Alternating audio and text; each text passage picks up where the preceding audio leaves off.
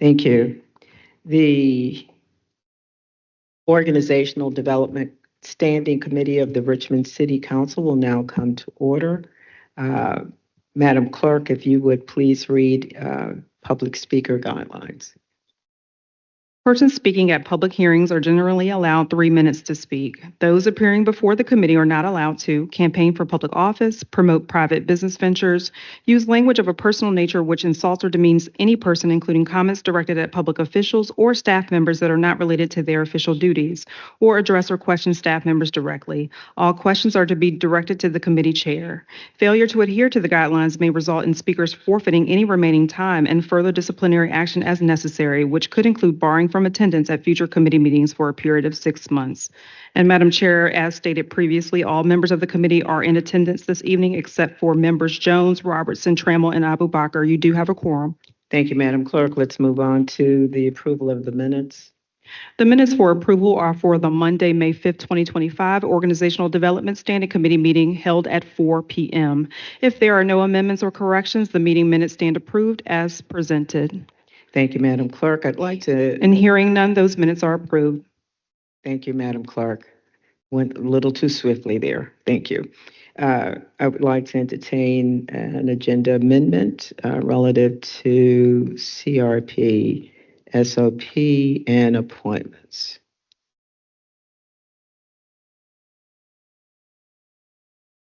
Madam President, Go on. there is a request from the Chief Patron to continue these items to the September 2nd Organizational Development Committee meeting. That's exactly what I'm looking to in terms of the agenda amendment. That was my understanding, that was the desire of the Chief Patron. So looking for a motion to continue to the 9/2 OD meeting with opportunity to discuss with the patron to ascertain whether earlier action would be desirous if given that she's not present today. So moved. Second. Thank you. The committee is now voting on the motion to amend the agenda to continue resolution number 2025-R020 and board appointment recommendations to the Civilian Review Board to the September 2nd Organizational Development Standing Committee meeting. Mr. Breton. Aye. Ms. Gibson. Yes. Ms. Lynch. Aye. Vice President Jordan. And President Newbill. Aye. That motion has been approved. Thank you, Madam Clerk. Let's move on to the reports for this evening. The first report for this evening is an update on the water treatment plant consent order progress and DPU enhancements with Director of Public Utilities, Scott Morris. Welcome, Mr. Morris.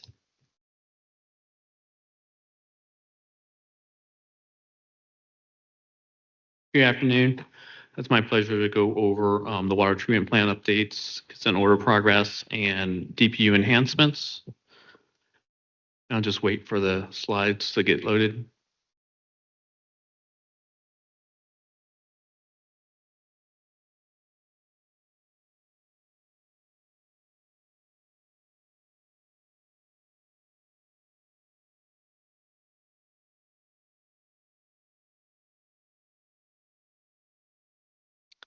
Not advancing. Okay. Holistically, I'm going to go over the consent order, and I've kind of broken it out to, it's a little loud, kind of what is in the consent order, the requirements, and our progressing through those requirements. So the effective date of the consent order is June 28th, 2025. It acknowledges all the corrective actions we've taken to date, which is about 155 actions. It imposes a civil charge of $6,817. And then the consent order itself resolves any alleged violations that are identified in that section of the B of the consent order. The Appendix A lists all the requirements, so I'm going to highlight those right now. So there's a requirement for a quarterly progress report on the sanitary survey results, and those are due the 10th day after last quarter being reported on.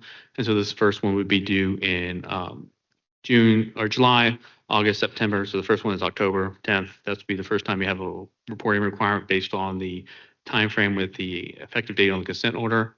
And then within 120 days, we're required to give a list of all the SOPs that we've submitted to Virginia Department of Health.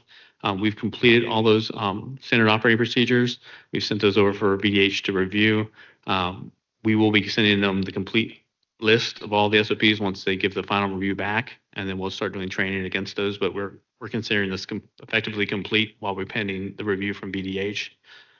Within 120 days, we are to provide a schedule for all periodic testing and emergency backup system. We have this, but we're ready to submit it. And then again, within 120 days, we're to provide VDH Richmond Field Office these following items: capital improvement plan, which we already have, updated organizational charts, which we have, water asset management plan or equivalent documents, which are being compiled, the approved budget, which just got approved, and output from the most recent rate model, which is in hand as well, and then a list of all active contracts or water-related services, which we're coordinating through procurement. So we're on track for that as well.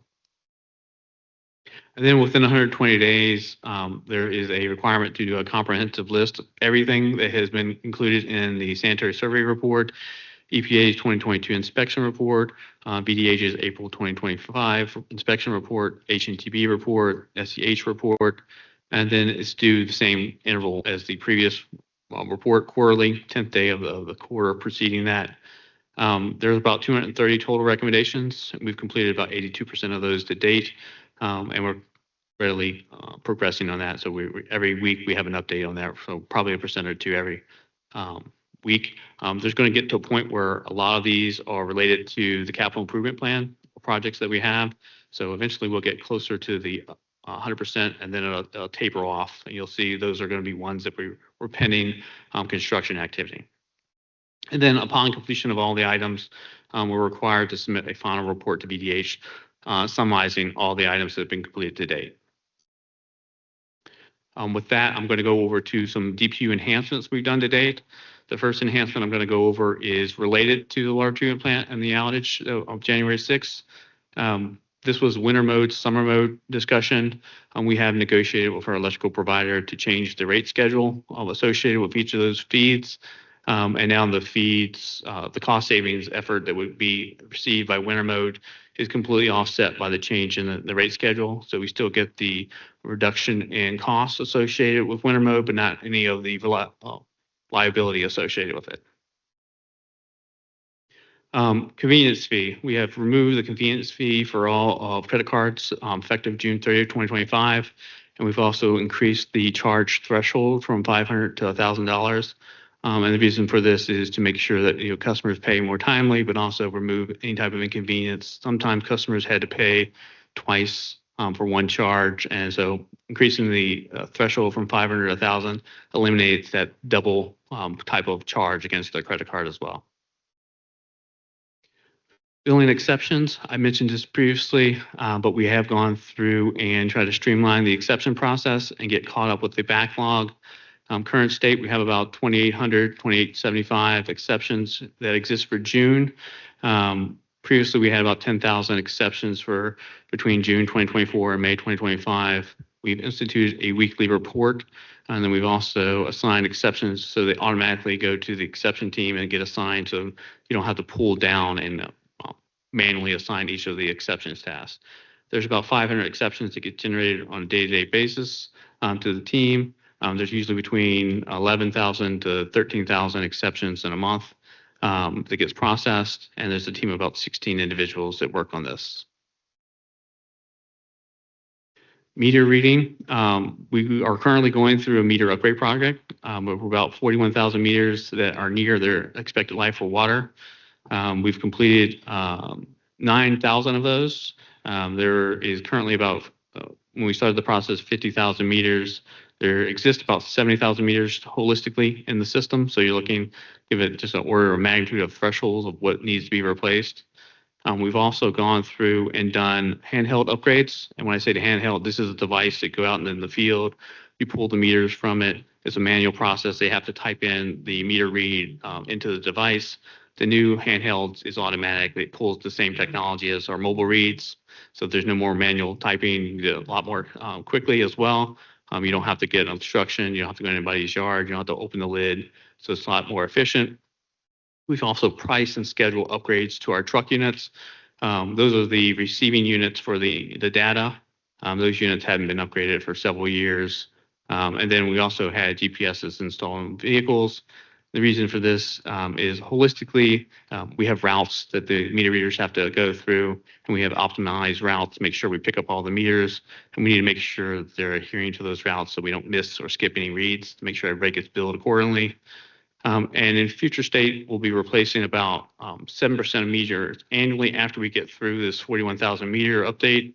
Like I mentioned, we're upgrading our truck units, and then we're going to move towards a portal, AMR portal for incremental reads for internal use, but ultimately we'll also turn that on for our customers as well so they can see the daily use at their meters. And we expect that to happen early 2026. With that, I'll answer any questions you guys may have.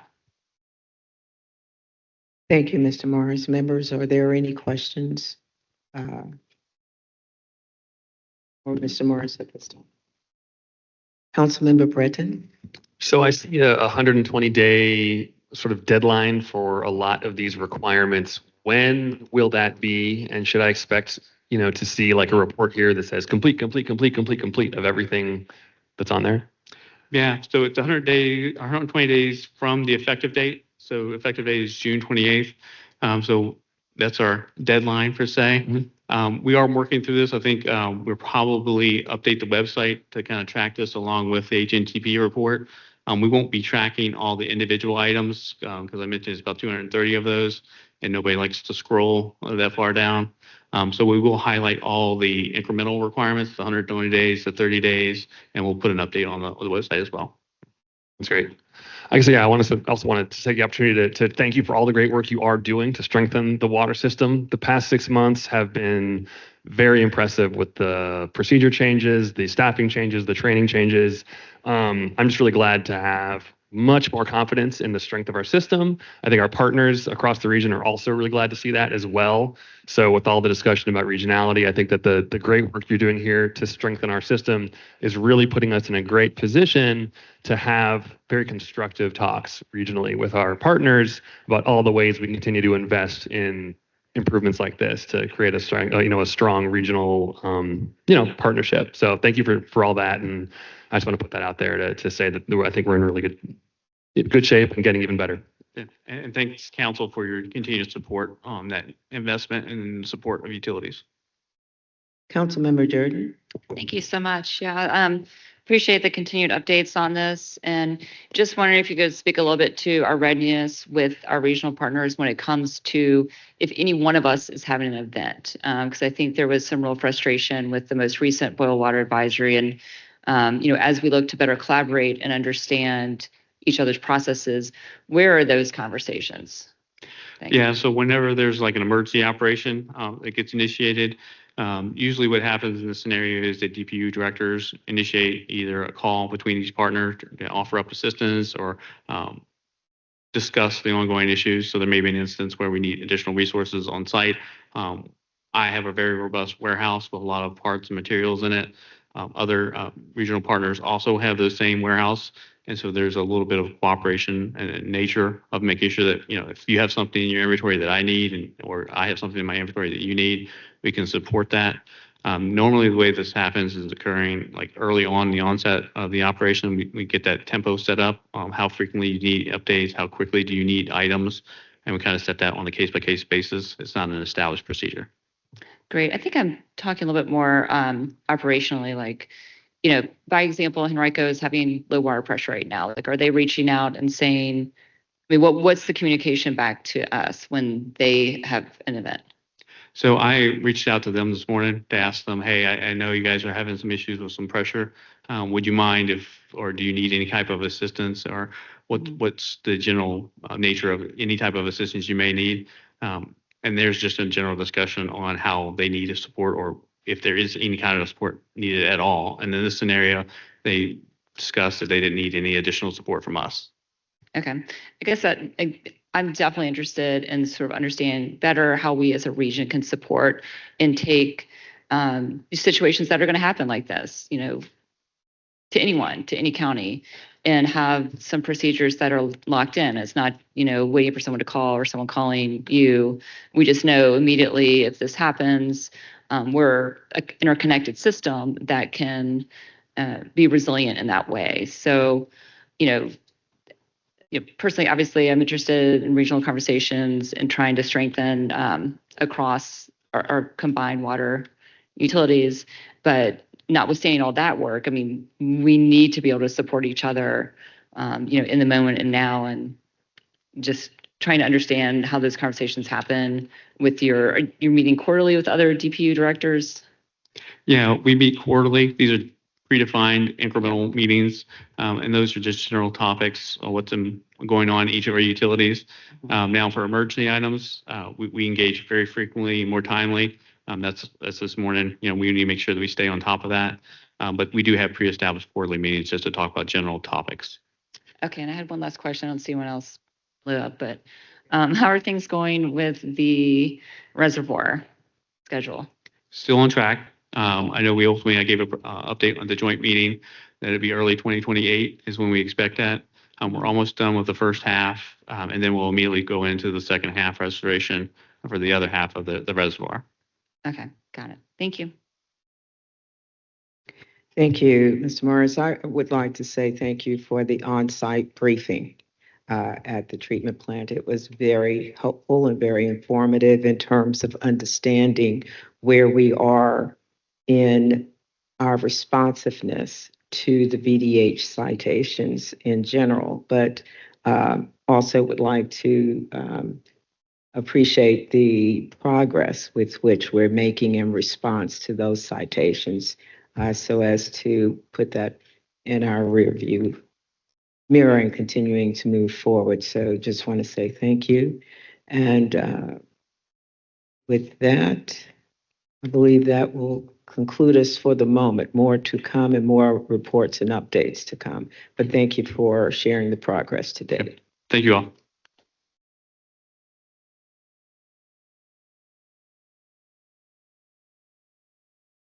Madam Chair, the next report is from Director Stephen Willoughby, and it is the Haggerty Consulting Emergency Incident Response Assessment.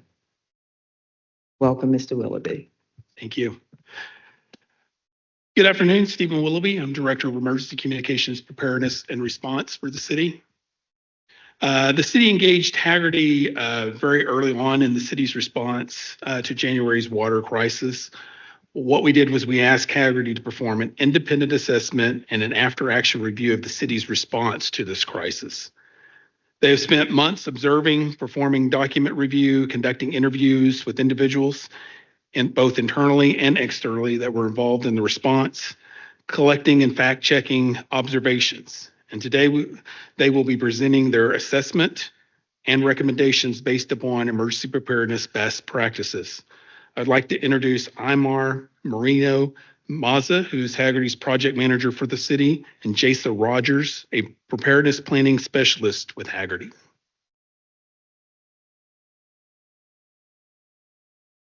Welcome. Thank you for having us. My name is Aymar Marino Maza. I'm the Senior Managing Associate at Haggerty Consulting. Hi, my name is Jasa Rogers. I'm a Managing Associate at Haggerty Consulting. First of all, thank you all for the opportunity to talk to you all about this report. Sorry, do you mind pulling the mic down slightly? Yes, Thank you. just a little shorter than Stephen. So again, thank you all for the opportunity to talk to you all about the incident response assessment. This is a report that we developed alongside the city to capture the experience that the city went through, lessons learned, best practices, and sort of areas for improvement during the incident in early January.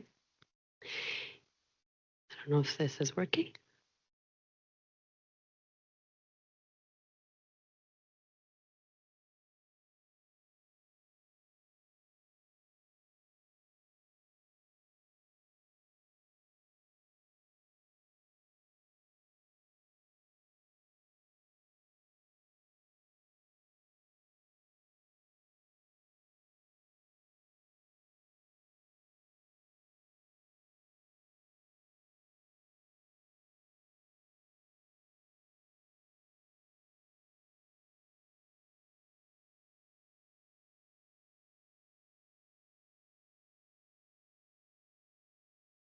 Hopefully I didn't break the system.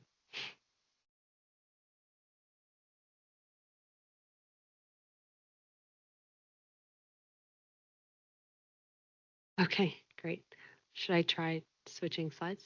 Okay, wonderful. So, the ultimate purpose of this report was one, to capture the city's experience, but more than that is to look forward, right? So, take these lessons learned and to help the city identify recommendations for improving preparedness to respond to the next incident, right? And so, with this in mind, we aim to develop a report that was as comprehensive and as unbiased as possible. In order to do that, we engaged with up to 88 stakeholders throughout the city, both folks that were external partners, internal partners, nonprofit entities that were involved in the process as well. We conducted 57 interviews with all these individuals, as well as shared a survey for folks to provide feedback, written format, when they couldn't do an interview. After this process, we also did a document review of all the documents, guidance, reports that were utilized and developed throughout this incident. And then, based off of that, developed a draft that then went through a very thorough peer review, which involved a series of workshops, as well as sharing the report out with the same stakeholders that were engaged originally.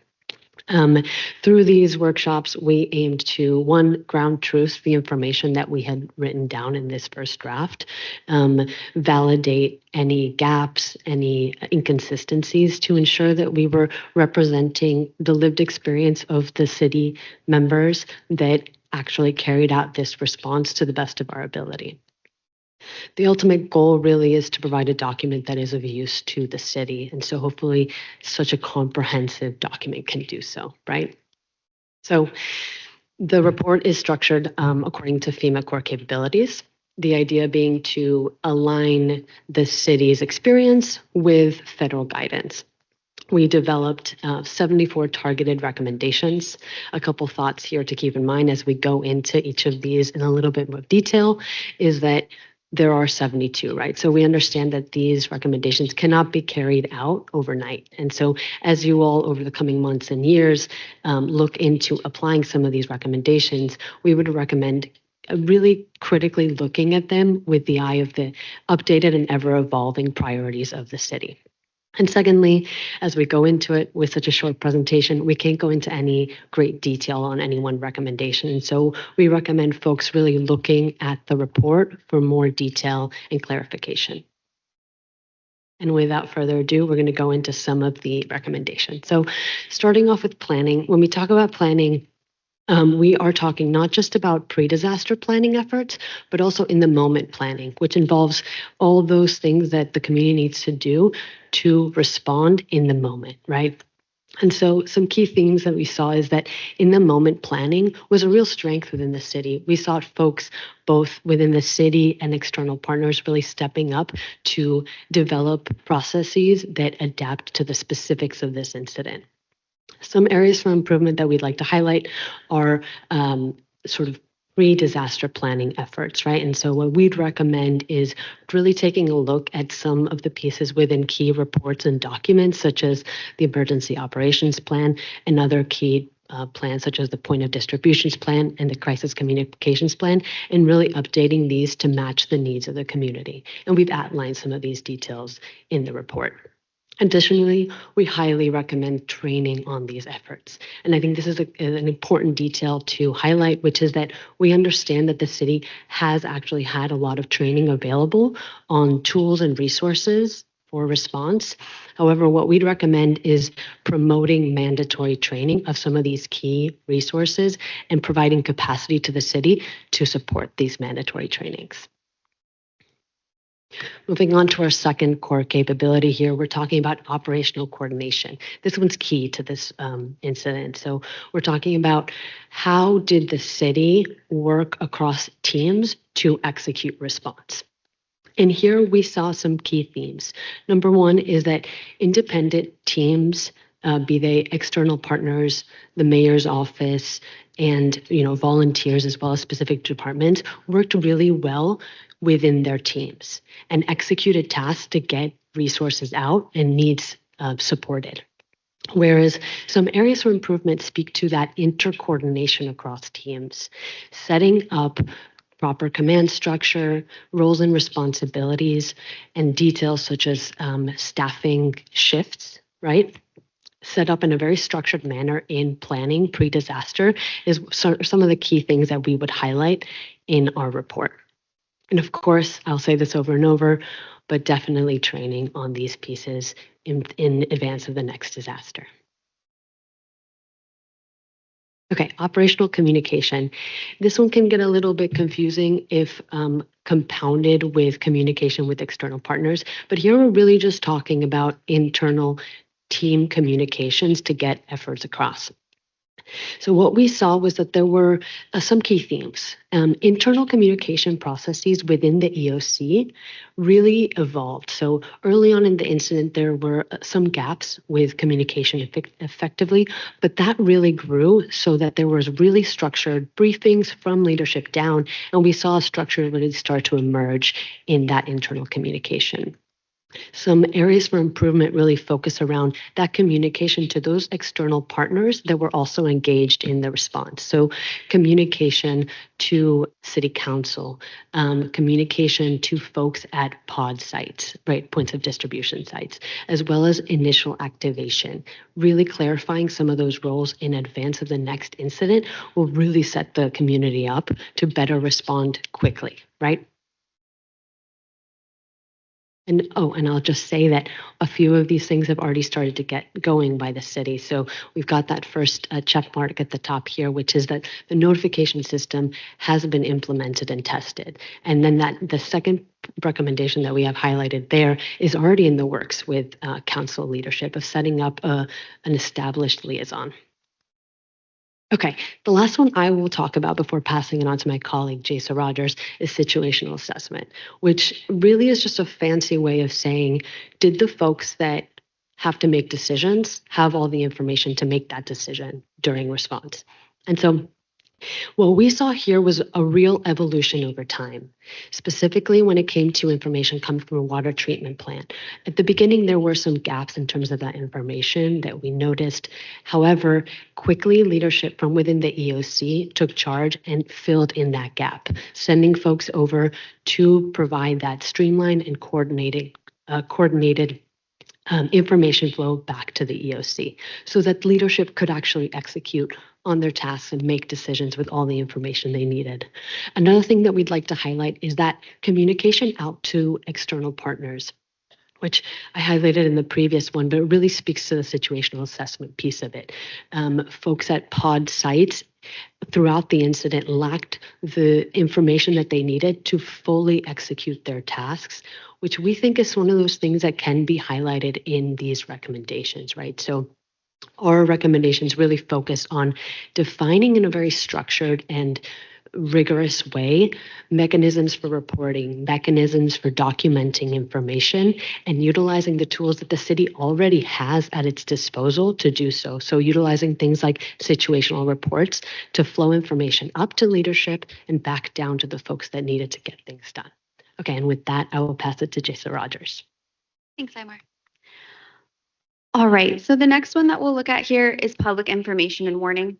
Imar spoke to operational communications, which is sort of communication within the city. This is focused on communications towards the public.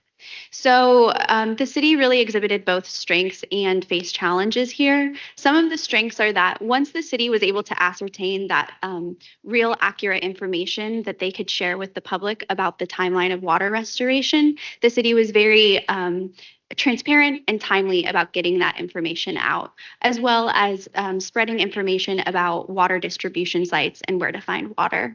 Some areas for improvement or challenges were around the sort of initial notification of this incident, as well as the absence of a joint information center, which, if employed, would have brought the regions together to be able to put out a coordinated public information.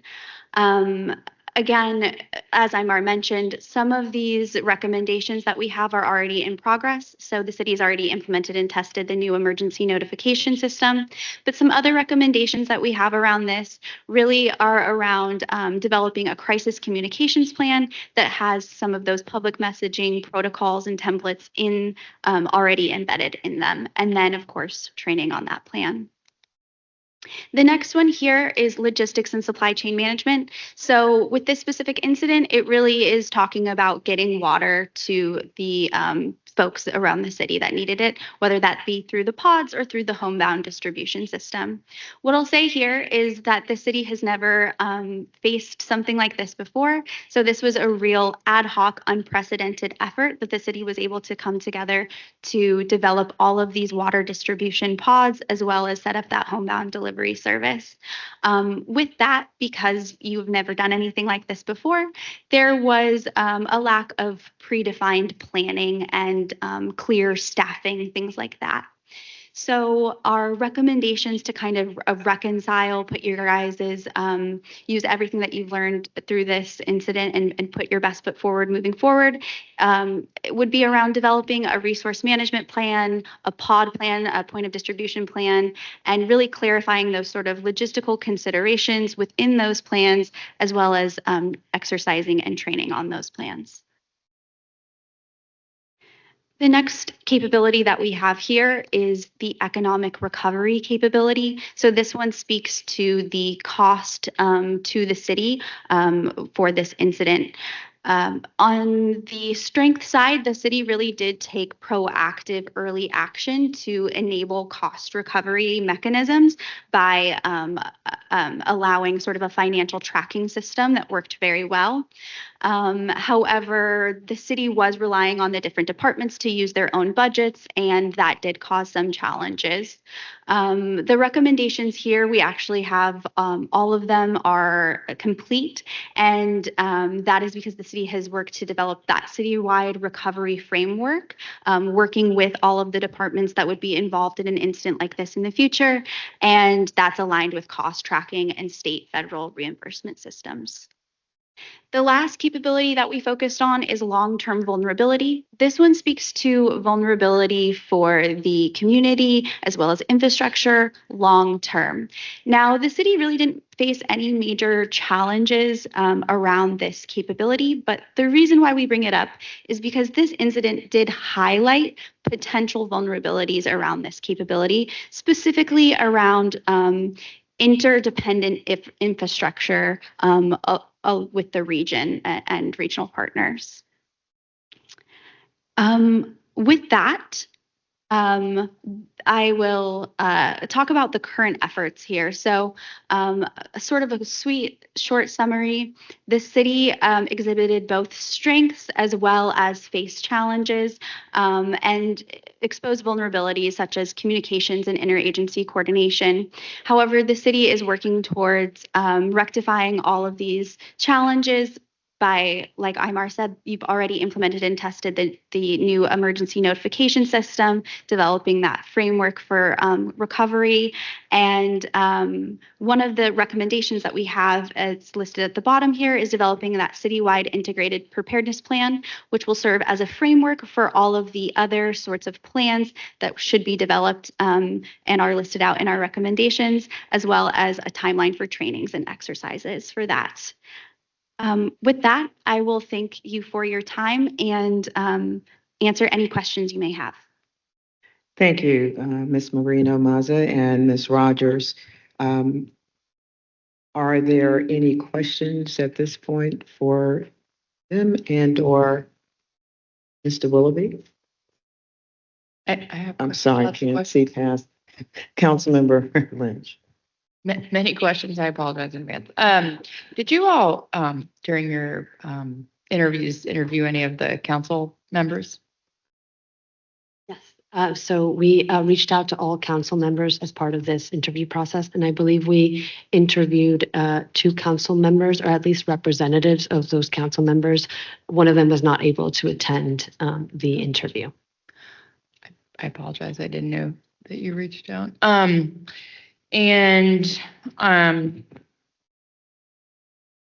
Second question, Madam Clerk. I'm getting a lot of reverb back in my mic. It's challenging. Second question, with the list of stakeholders, I think that was probably one of the greatest, one of the pieces of feedback that we heard was the kind of the chain of communication to key stakeholders was frustrating for folks. And I'm wondering if you all have developed a list of recommendations or almost like a phone tree of who needs to get called and when. And I mean like our restaurant community, hospitals, healthcare providers, nursing facilities, et cetera. It'll go on down the line. But did you all come up with a list of that nature? That's such a great question. So one of our recommendations is for the city to build out a crisis communications plan. So as part of this assessment, we did not develop a list of who those entities could be, because the reality is that in this incident, we have a certain set of stakeholders that would need to be reached out to, right? But for the next incident, it might be a completely different list. And so the crisis communications plan, that involves a very thorough process of developing just that list and processes for engaging all those stakeholders. Okay, good. So the list is going to be worked on. Correct. Yeah. Great. And then lastly, it seems like you all have done a lot of, I'm sure, cross jurisdictional, cross locality work, and nationally or just in Virginia? Nationally. Okay. Nationally, yeah. So is it standard, like the things that you pointed out that we didn't have in place? Do you see those as kind of standard items that should be on any kind of EOC's radar or checklist? Or, were there things that you said, I can't believe Richmond didn't have that in place? Tell me a little bit more about that, what you see in other localities that you worked with. That's a great question again. But so every jurisdiction is completely different, right? So we see a little bit of a spectrum across the board of gaps and strengths across the board. The recommendations that we have are based on federal best practices. So they're what you'd want to have. So filling in those gaps would be critical. That being said, it doesn't mean that Richmond is one of the few that has these gaps, right? You can see this across communities for sure. Yeah. If I could add to that, yes, there were plans that we should have had in place that were not in place. And our hope is this report outlines those plans, and we're going to have those in place as quickly as we possibly can. Thank you. Thanks for your work on this. Councilmember Gibson. Thank you, Madam President. Thank you both. I wanted to begin with, I was really encouraged reviewing the report about the improvements that you both saw as the team was addressing the crisis at hand. I think that's really encouraging to hear. And I am also appreciative to hear about the new emergency notification system that's been tested. I wanted to get a little bit more information in terms of when that testing occurred and when that will be, ready to roll out. I think that addresses a big chunk of, in terms of the communication issues that were highlighted here. If there's a mass communication messaging that comes out, not only the partners found out, we want everybody to find out, right? All at once. You don't really need a phone tree so much if everybody just gets the text, right? So I would love to hear more about that. Yes, so the system that we had in place in January was in the process of being replaced. And our timing was off on that because it was supposed to be a February 1st deployment of that. And so the timing was simply off on that. Our old system had been in place for close to 10 years. It was antiquated. It was clumsy. It was difficult to operate. And so we'd already made the decision to switch. It's just that switch didn't happen soon enough. So you've heard us talk about Richmond Ready, and Richmond Ready is the new platform. And the new platform allows us not only to communicate to individuals that sign up for the service, but we're able to also do internal communications with that as well. And we're continuing to grow that in how we're pushing information out internally of EOC activations of information that city employees need to have. And so The product's called Everbridge, but we call it Richmond Ready for marketing purposes to encourage individuals to sign up for Richmond Ready. So the system that's been tested, Richmond Ready, this allows people that opt in to receive information, and you can send internal communications out. What are the steps being taken to be able to get messaging out to everyone, regardless of whether they've opted in or not? So that's called iPause or wireless emergency access, and we do have capabilities of that. And so we've enhanced our policies around when that's activated and how that's activated, and we've tested that as well. Now those tests are sort of internal to the telecommunications network, so people aren't actually seeing them, but we do get messaging back of here's how many people it could have reached, and we can even narrow those notifications down to a particular area where it's not going to everybody or a particular area of the city based on geographical information. So it's really provided us a much robust solution than what we had in January. And what about the subsequent incident that happened in May? Do we have the infrastructure in place or a system in place to ensure that if, God forbid, there's another boil advisory, that everyone gets an update about that? Yeah. Yes. So in May, that information only went out via Richmond Ready. I've since put in place the policy that any future boil water advisories, we will use the WIA option. I was on leave, and so that I did not make that decision, but I've now put it into our policy where I don't have to be around to make that decision. Just exactly as it should be. I appreciate that.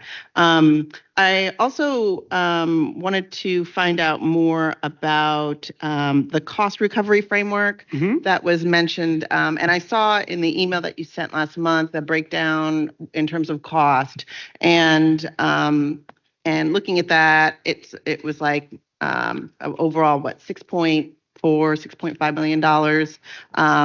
And the bulk of the costs were for some equipment that Mr. Morris can speak to, I'm sure, but also to lots, to consultants. It was like $1.2 million to consultants. I understand that this effort was part of that. I was wondering if you could speak to, if we could get an idea, and perhaps again, Mr. Morris might be able to also help. But it would be really very helpful to see what that $1.2 million in consultants went, because we expected that there'd be a good amount of overtime. And so it was concerning to me that most of the costs went, outside Richmond to consultants. And so I think it's important to understand, where those costs are going. And I think, there are constituents in my district that are also very eager to have a clear understanding in terms of the equipment costs and how that money was spent as well. And so, any information you could provide on that would be helpful. Yeah, we can provide you some more detailed breakdown from the departments on what those were.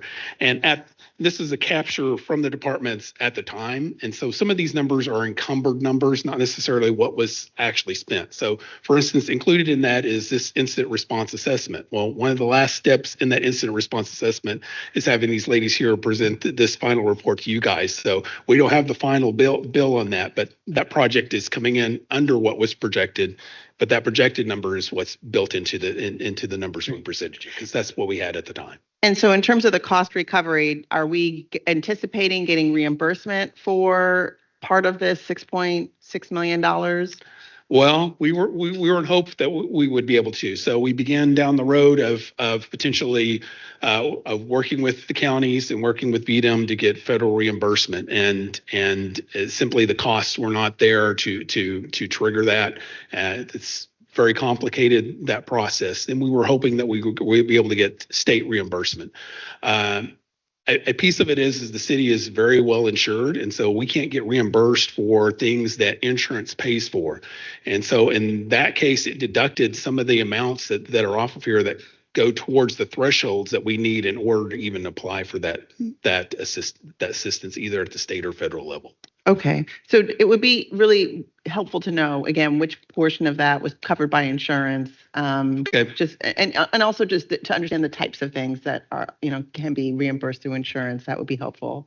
We can work to get that information. Yeah, and then my final question was about the staffing. I appreciated the insight about morale and hours that folks were working and often having to work over 12-hour shifts, not unique to this, and not necessarily to address this incident, which we expected the overtime, but just in general. And I would love to hear perhaps from Mr. Morris, what are the actions that they've taken, and if they needed, again, additional staff. I always would prefer to hire someone so we aren't having to incur the overtime and folks aren't getting burnt out. So, I would love to understand how we've been able to address some of that. I appreciate too that collective bargaining has started this month, their contract. So I'm curious to know if maybe some of the contractual changes might have addressed that too.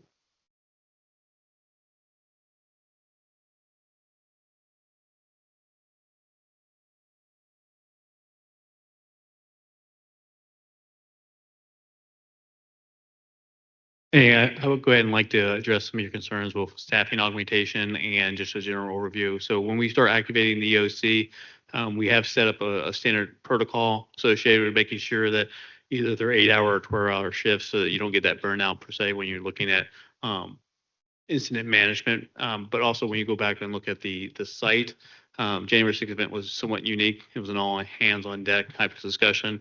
So there was a staffing augmentation. Some of those costs that were incurred by the consultant was that staffing augmentation to bring them on board to help assist with the plant operators, do both condition assessments, but also evaluate the equipment that's on site and need to do the repairs.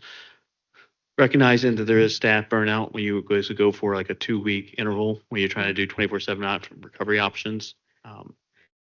So if maybe I was reading the report wrong, but the way I read it, the issues with the overtime weren't were not specific to the January event, but generally speaking, right, in the months and perhaps years leading up to it, that folks were often working over 12-hour shifts. Did I misinterpret that? So I can speak to the operation at the water treatment plant. They normally have 8-hour shifts for maintenance items, but the operators rotate out a 12-hour shift. That's their normal standard protocol is 12 hours. And so there may be some overlap in from an operations perspective where they went over 12 hours just because of shift changeover, making sure things occurred. But holistically, 8 hours is a normal operations, and we try to offset those as needed with augmentation. But you can speak to this. Great. So maybe there might have been some miscommunication in the incident response assessment, but we were speaking exclusively about folks working at the EOC and at distribution sites. Thank you. Yeah. And actually, I lied. One more thing. The report, I think the timing of it was originally like early May, and we received the report, I think, in June. I was wondering, was that delay perhaps because of the incident that happened in May? Communication was a factor there too. And it's my understanding that our team really did our due diligence.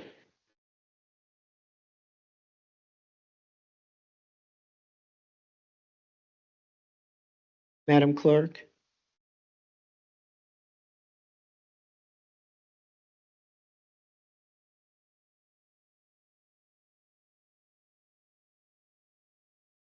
Madam Clerk, I'm not sure what happened technically.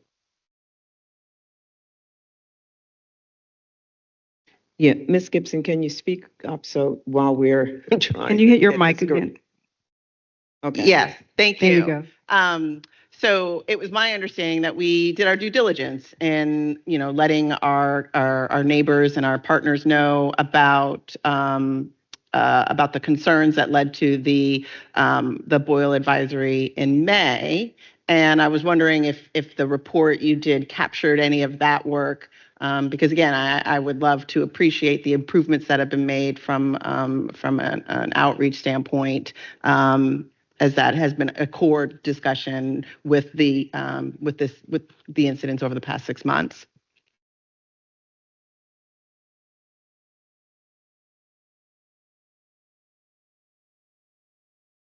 See improvement. I think we did see improvements in some areas, and there were still some areas that we still need improvement on. That we repeated the same mistake again. And those are things that we need to memorialize in our policies and our plans, and train and exercise on those so that become institutional memory in our head of that's how the city of Richmond operates. But to be clear, Henrico knew about the issues, right? I mean, that was not on us in terms of In May, yeah, I was on medical leave, so. Yeah. Operational staff were notified immediately, and then I personally spoke to Director Bentley Chan at 4 a.m. so that they knew. So they were aware at 4 a.m. Yes, ma'am. Thank you. Thank you. I'm not having a slight glitch here. Apologize. I'm not sure what that is, but we'll get it fixed. Councilman Breton, you have a question? Thank you. Yeah. In terms of the structure of the recommendations, I'm wondering, are they made in a way that is sort of prioritized with respect to risk level and also like expense to implement? Like, how should we be thinking about the prioritization of all these recommendations? Thank you for that question. So they are based off of priority in terms of the impact that they would have in the next incident, as opposed to the cost associated or anything else. I do believe that this is something that, in order to prioritize effectively, understanding those pieces of the puzzle would be critical. Yeah. And I guess also, how universal are these recommendations, or are they only applicable to water outages, or are these applicable to a general level of disaster preparedness? That's a great question. So I'd say that we aim to build things out so that the community is best prepared for any type of incident. That being said, there are some findings in particular that speak to this incident, right? So the need to distribute water, right? That's very particular to this incident. And so the realities of the consequences of that, again, particular. That being said, we aimed at least to have all our recommendations be as universal as possible. All right, and this is probably a question then for Director Willoughby about do we have a sense of what types of cadence of updates, progress? I mean, do you expect to meet 100% of these recommendations? Is it going to be more of a negotiation about budgeting and long-term planning? Like, what should we expect to see with respect to your plans to meet these recommendations? Well, this in essence will be the work plan for the Office of Emergency Management. Now, it entails more than just preparedness is a citywide effort. So there's a leadership element to that, and there, as well as their city departments have a role in this. Council has a role in this, as well as the public. My plan is that we're going to put these recommendations on the website. They're already on the website, but we're also going to create some type of tracker where we're tracking as we're progressing through these recommendations. The cadence in regards to reports that this body wants, I'm welcome. I'm open to recommendations. You tell me how often you want me to be here, and we can talk. And I can tell you what the updates are in that regard. But this is the work plan in regards to preparedness activity for the city. So, for instance, amongst the first recommendations is an integrated preparedness plan. And so I had a meeting this morning, and in the next 30 days, we will be beginning that process to do an integrated preparedness plan. And we're probably going to be updating the emergency operations plan in the next 60 to 90 days, or beginning that process. It's a lengthy process, but we want to begin those high overarching opportunities to articulate some of the recommendations in here. We want to implement those early. Okay. Thank you. So, thank you, members of the Haggerty team, Mr. Willoughby, as well as Mr. Morris. Mr. Willoughby, thank you for the progress to date, and we will get back with you in follow-up to the comment from council member in terms of cadence of reporting of updates, because we'd like to certainly be apprised as we move forward with this. But thank you, everybody. Thank you, and thank you for your support. Mm-hmm. Madam President, I have a motion to go into closed session I'd like to read. I move that the Organizational Development Standing Committee go into a closed meeting pursuant to subdivision A8 of section 2.2-3711 of the Virginia Freedom of Information Act to consult with legal counsel employed by the City Council regarding a regional water advisory group. Mr. Breton, will you second that motion, please? I second that motion. Thank you. Council is now voting to enter into closed session as stated. Mr. Breton. Aye. Ms. Gibson. Yes. Ms. Lynch. Aye. Vice President Jordan, Aye. and President Newbill. Aye, That motion was approved, and the closed session will take place in the second floor large conference room. thank you.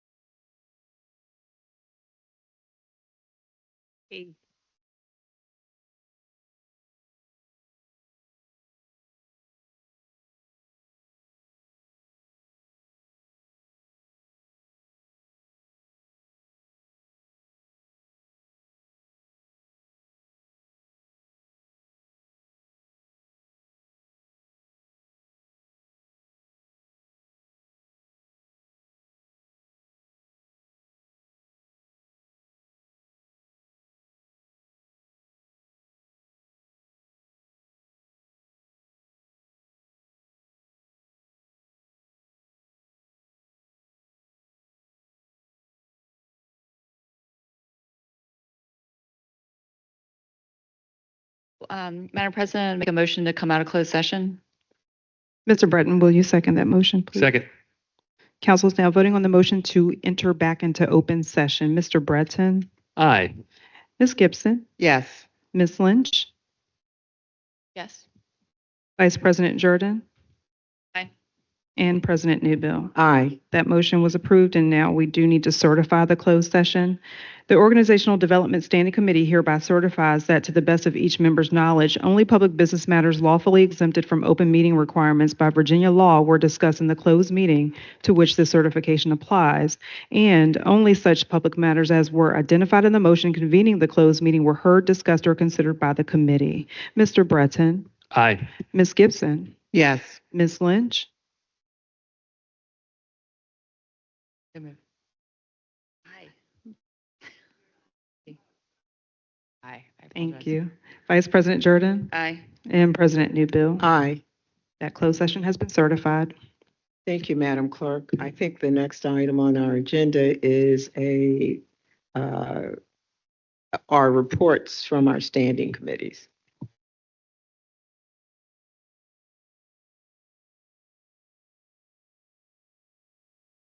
I think Councilmember Lynch, EHS, is first up.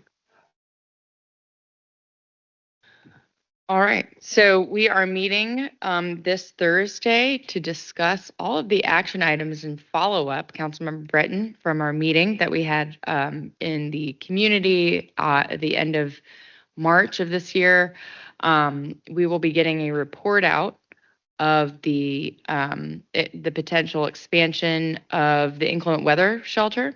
We will be getting other follow-up items and action items from that meeting to include, but not limited to, the organizational chart of all of our homeless service providers and internal and external to the city that our stakeholders had asked for, so they know who's doing what, why, and where. And then we also are going to get the third work product that came out of that third action item was a roster of all of the stakeholders who are doing work in the homeless services space. So for the first time ever, we are going to capture churches, nonprofits, city agencies, as well as RPS and other county partner agencies. That will be all inclusive on a list with contact information to kind of give us an idea of who's in our network of providers, who's in our network caring for our unhoused populations. So that is going to be, I think, a really rich and exciting update for EHS. We have also asked for an update on the SNAP theft issue. So lots of items that we were tracking. That's going to be Thursday at 2 p.m. And members, you are more than welcome to join if you'd like to dive into any of the updates being given on Thursday. Thank you, Councilmember Lynch. We Finance and Economic Development Committee. We're not. We will go on to Government Ops. I can provide updates on that, Madam President. Yes. So highlights of our last meeting, the committee considered 4 papers and recommended all for approval, including Ordinance 2025-138, the residency requirements, There was an additional paper, ordinance 2025-136, council staff appointments that was continued to the committee's July meeting. I have submitted some recommended revised language on that to the body. Our next meeting will be Wednesday, July 23rd. We'll be discussing HR. They'll be providing a presentation on employee engagement and training. The council chief of staff will report on reports 2.0, and our auditor and inspector general will provide their annual review of reports as well. Thank you, Councilmember Gibson. In terms of land use, housing, and transportation, Mr. Breton, any comment?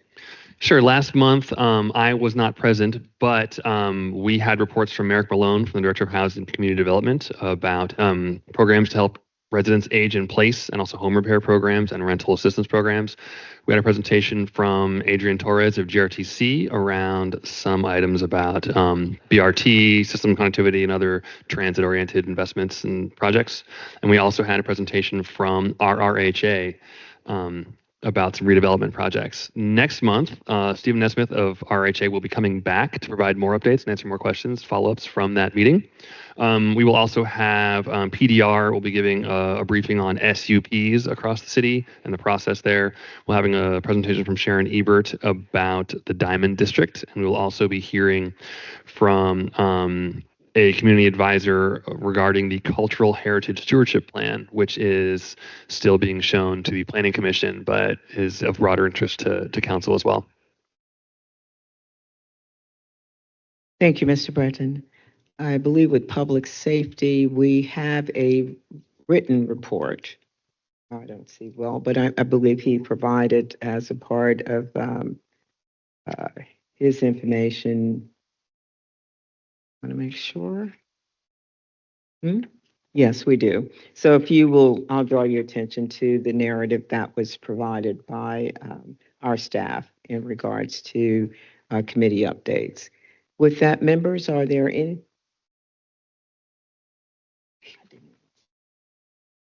I would like to now have our last report, Vice President Jordan, in terms of budget work that's been undertaken. Thank you so much. And I want to thank my colleague, Finance Chair Ellen Robertson, who has really been doing the lion's share of this work, as well as my colleagues who have submitted comments to her and to our staff, both verbally and in writing.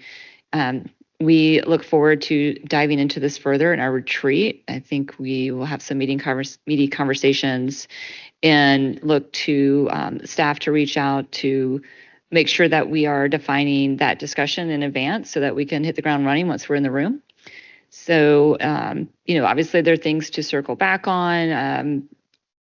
Chair Lynch talking about EHS and SNAP. There have been conversations about what we do to help those who have had their SNAP funds stolen, as well as the added funds that would certainly be beneficial in the Family Crisis Fund. We have that $50,000 still in non-D. So we have some lingering questions. We have some structural conversations to have about scheduling. All really, I think, topics we're excited to get into when we're reassembled for the retreat. Thank you. Thank you, Vice Chair Jordan. Really appreciate that update and all of the work that's going into that. Members, are there any other items for this meeting? Seeing none, just would like to say thank you, each of you, and the meeting now stands adjourned.